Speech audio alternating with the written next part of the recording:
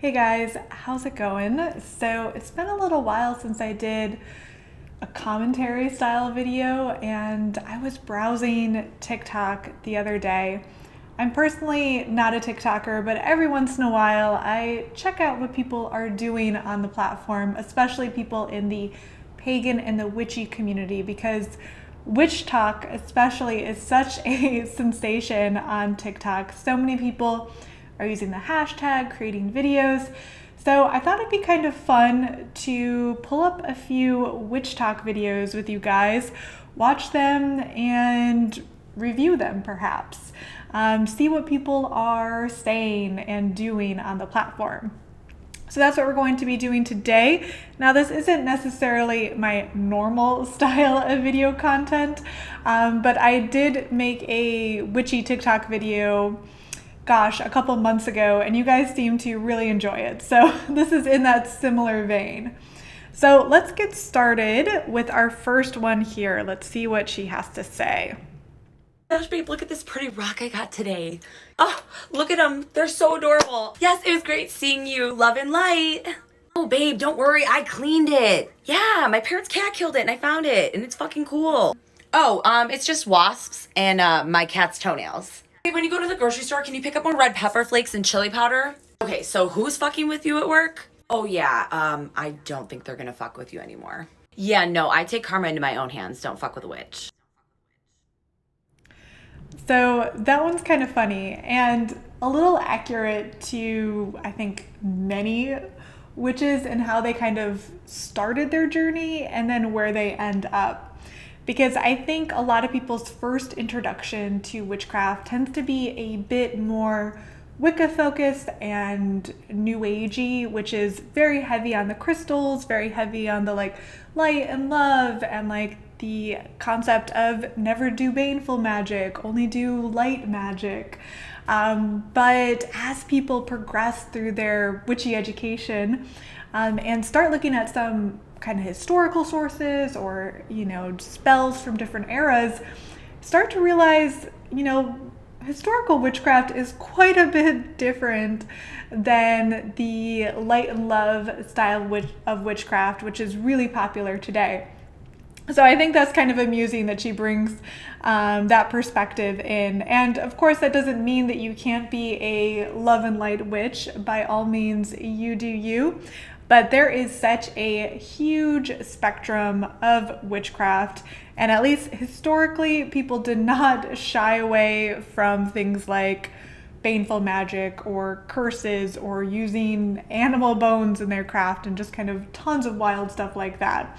So that was our first one. Let's jump into our second one. Ugh, why aren't these healing crystals working? It's probably because you haven't charged them. Wait, charge them? Son, crystals by themselves are like ingredients. It's not until you do something with them that the magic happens. Healing crystals work by holding energy from one source and conducting that energy into your body. If the crystal holds no energy, then you won't experience its true power. See? So how do I charge them? Well, there's three main ways I charge my crystals. The first way is to simply put them out in direct sunlight or moonlight. Charge the crystals under the sun for action or passion, or under the moonlight for reflection and healing. Or if you want your crystal to be charged with the energy of the earth, then you can choose to bury it in soil. Wow. But for the best results, charge your crystal with your own energy. And how the hell can I do that? Oh, it's easy. Close your eyes with your crystal in your hand and visualize your aura entering the crystal. But if you want a supercharged crystal, use all three of my methods. But Dad, where did you learn? Jay Kaizen taught me. Now charge those goddamn crystals! So this one obviously about crystals, and crystals are one of the things that are pretty modern in terms of witchcraft. And when you look historically, most people weren't really using crystals.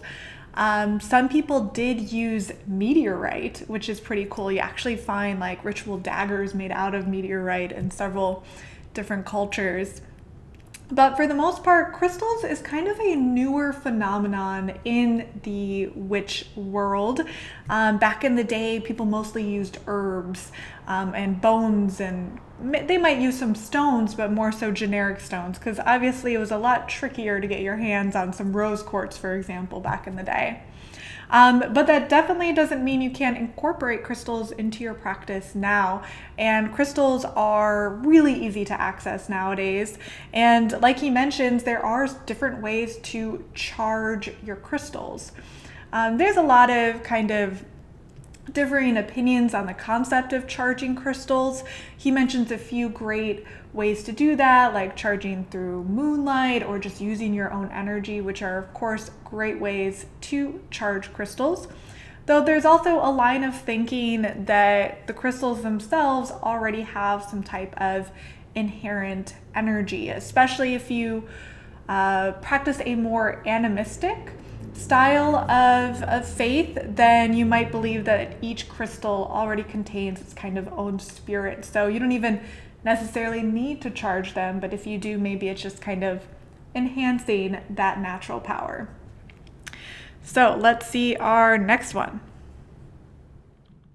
Unpopular opinion, spiritual edition. I don't know why y'all keep asking for these just to get pissed off, but I'm gonna keep doing them. Number one, all of y'all are not old souls. Some of y'all are escapists that never practice presentism. You cling to things like a past life you can't remember or karmic debt that you are unsure of how to pay, consumed by manifestations of the future, and the less time that you spend in the present, the less you learn how to appreciate the present. So by the time the future manifestation rolls around, you're not even gonna want the shit because you've never learned how to be present. So how are you going to know how to enjoy the moment? So that one's kind of funny because I think a lot of us in the witchy or pagan community have been told by many people many times that, oh, you're an old soul.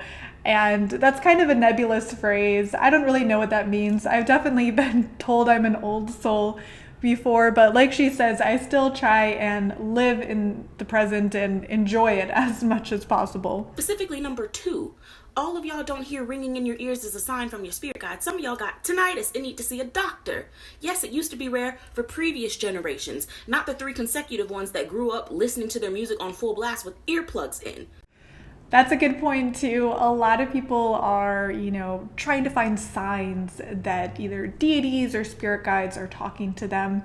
And you got to be careful with that because a lot of it could, just be imagining things, or you have like an actual medical issue, which is why you're hearing stuff or seeing stuff.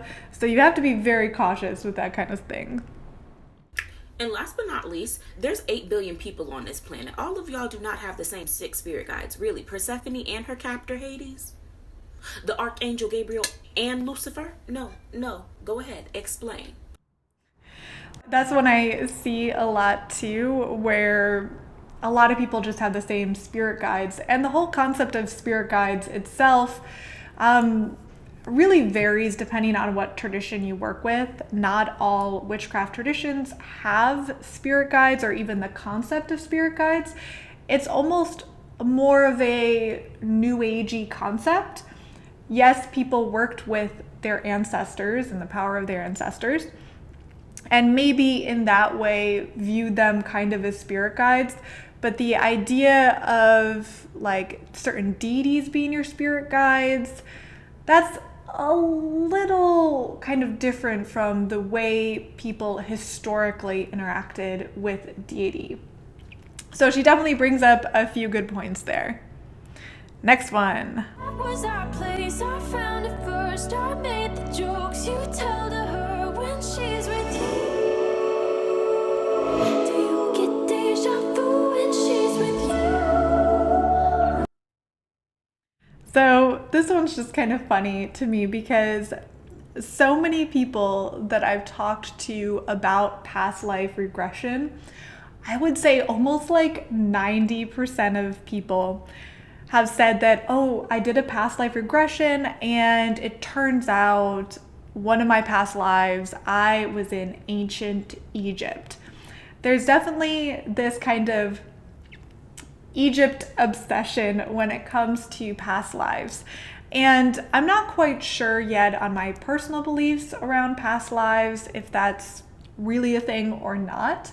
I don't want to discount anyone's experience if they really did have a good and meaningful past life regression. But statistically, there is no way all of you all have had a past life in ancient Egypt. I mean, I wish I did. I have tons of books on ancient Egypt and I love learning about ancient Egypt, but I understand it's highly unlikely. It's more likely I was just probably a nobody living in a nondescript place at a nondescript time. So I just kind of find it amusing. I mean, no hate on her or anyone else who has had kind of a Egyptian past life regression experience, but you know, it's just a little odd to me. Okay, our last one here.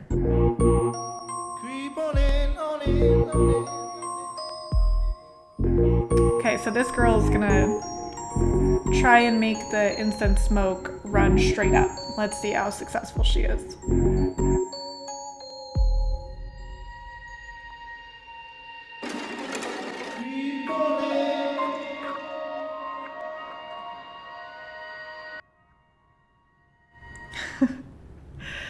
This to me is funny and ridiculous. Again, no hate on her, you know, you do you, but it's not like some magical power was allowing her to create this perfect stream of upwards incense smoke.